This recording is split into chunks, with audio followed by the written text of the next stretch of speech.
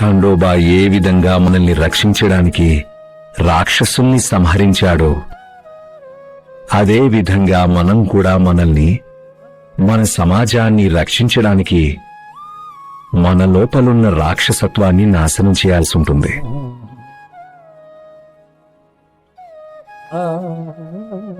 ప్రతి మనిషిలోనూ మంచి గుణాలు ఉంటాయి, చెడు గుణాలు ఉంటాయి.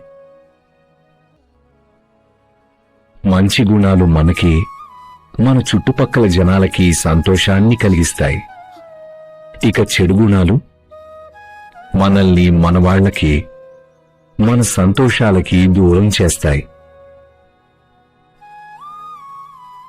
అందువల్ల మనం వాటిని నాశనం చేయాల్సి ఉంటుంది.